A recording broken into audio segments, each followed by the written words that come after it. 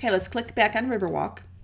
We mentioned earlier that we're zoomed out on it. We're looking at it at approximately 16.7%, it says here on the tab. Now I can zoom in on my image and look at it at different percentages. If I get my zoom tool, which we talked about previously, the zoom tool looks like a magnifying glass. If I select my zoom tool by clicking on the tool or clicking Z on my keyboard, I now get the tool magnifying cursor representing my tool with the plus sign by default.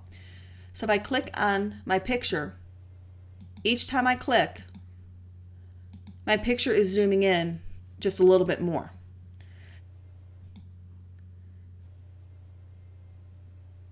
And now I'm at 600%. We can start to see the grid, which tells me I'm zoomed in really far. On my options panel for my zoom tool at the top of my screen, I have the option to choose the zoom out feature, which is my magnifying glass with a minus sign. Now when I hover in my document window, if I click, you'll notice that the magnifying glass now has a minus sign on it. So now I'm zooming out. You'll also notice when I'm not where I can see the entire picture at one time, I get these bars on the right side of my screen and the bottom of my screen.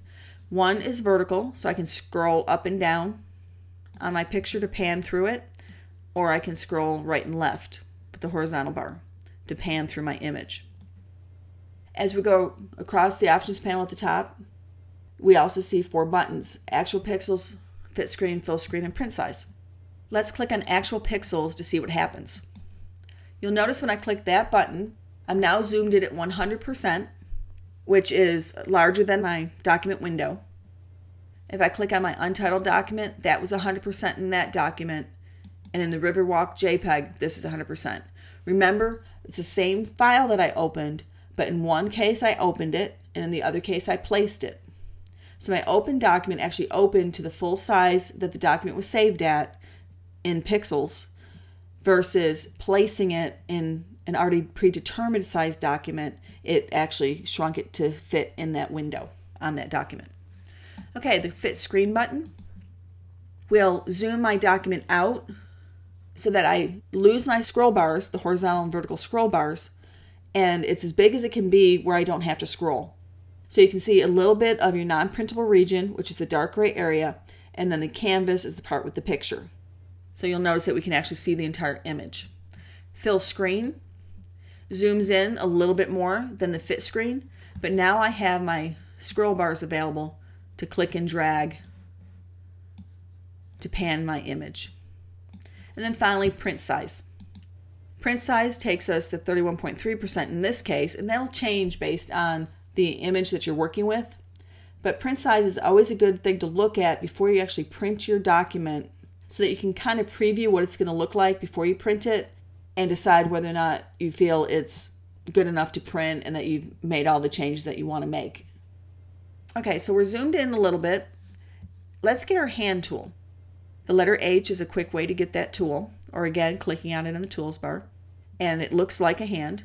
Now when I click and I drag my hand, this will quickly let me pan through my picture, drag it around so I can focus on one area over another. So if I had my zoom tool, I'm going to change this to plus sign. If I zoomed in and went to my hand tool, you can see it's a lot easier to get around my image to find a location that I want to take a look at this zoom level. So clicking and dragging my hand, I can go left, right, up, down. I can even go diagonally. Double clicking on your hand tool is a shortcut to resize your image to fit your screen. Just like the zoom tool on our options panel, we have the same 4 buttons that we had for the zoom tool. Double clicking on the zoom tool will reset your image to 100%. So the hand tool will kind of shrink to fit, and the zoom tool will increase it to 100%. Another option for getting around your image besides the hand tool is your Navigator panel. So let's click on a window on our menu bar, and let's choose Navigator. Navigator opens the Navigator panel on the right hand side of our window here, and you'll notice there's a preview of our document where we can see the entire document, and there's an orange rectangle in the middle of it. When I click and drag that rectangle, it moves me to that area of the picture in my document window. So I can very quickly move around my document, and with the preview in the Navigator panel, it helps me kind of navigate or let me know where I'm going. You'll notice that we've got a zoom tool within the Navigator panel, so I can zoom in. You'll notice that my orange rectangle there is getting smaller, and again I can still click and drag it to get around quickly. And I can also zoom out, and the rectangle gets larger until it gets so big that it matches the document window, and I really can't use the Navigator window to move around my document because I can see the whole thing. You also have a zoom slider that you can click and drag to quickly change the zoom level of your document.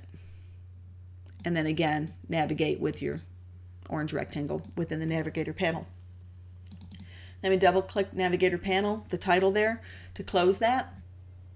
And let's take a look under View, look at Screen Mode. Screen Mode, by default here, you see the check mark is set to Standard Screen Mode. That's where we can see everything. Let's go ahead and choose Full Screen Mode with Menu Bar. You'll notice that we lost a few features on our window, and we can see more of our picture. We'll go there again, View, Screen Mode, Full Screen Mode. This one gives us a warning dialog box before we actually commit to it, because many times I've seen students get into full screen mode by mistake, usually by pressing the F key, and they don't realize they pressed the F key. They might have been going for a shortcut key and they accidentally pressed F, and they get this mode. And they kind of get confused and they get nervous and they don't know what they've done, and all you have to do is press your F key to get back. So let's take a look at that again. View, Screen Mode, Full Screen Mode. The warning dialog box tells us that we can use the F key or the Escape key to return to standard screen mode. Because as we just briefly saw, when we go to full screen mode, you're going to lose your menu and your toolbar or your tools panel, and you may kind of get lost and not know what to do at that point. And a good habit to get into is pressing Escape when things are kind of acting strange, you're not sure what's going on. It's a habit I've gotten into, especially when I'm helping students. I'll walk over and try pressing the Escape key first to see if that fixes my problem without knowing what the student had done. And many times they don't know what they've done either to get themselves in that mess. So I'm going to click on Full Screen.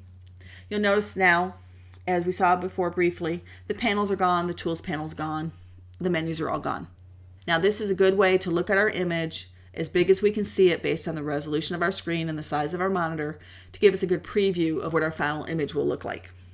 Okay, I'm going to press the letter F, and that gets me back to normal. You'll also notice at the bottom of our Tools panel, there is a tool for that where you can skip through these three modes, just like we saw under the View menu. And you can press the letter F until you cycle back to the standard screen mode.